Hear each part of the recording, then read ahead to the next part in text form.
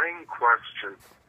My wife and I, her son is going to court this month on the child support case. Now, what happened is he's never been to California, but the woman that he was married to, the mother of the child, took the kid and went to California, and he had to pay tax. She's now returned, but he had to pay child support for both California and Louisiana at the same time. Is that legal? No, I think where one would start, the other would stop. So It didn't.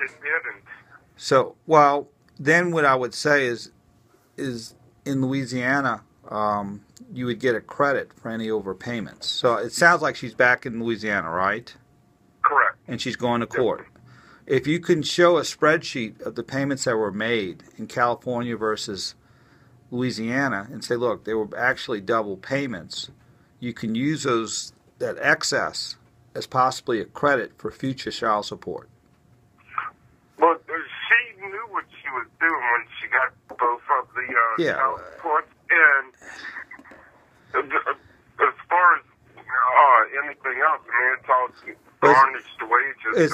That's what I was about to say. It was an income assignment, which you would have to do technically, somehow, some way, is to inform the California court that mom has left California, that jurisdiction has been reestablished in Louisiana, and ask for a termination of the California child support court proceeding or dismissal.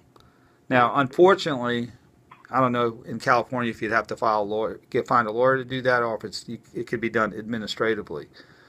So that's what would theoretically have to be done. Now, in your Louisiana child support proceeding, what I would do is bring a spreadsheet with the checks to show proof of payment, and if there have been double payments, use that excess to claim a credit for any future child support.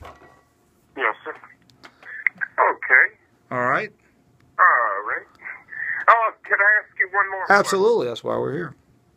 I'm thinking about a product, okay?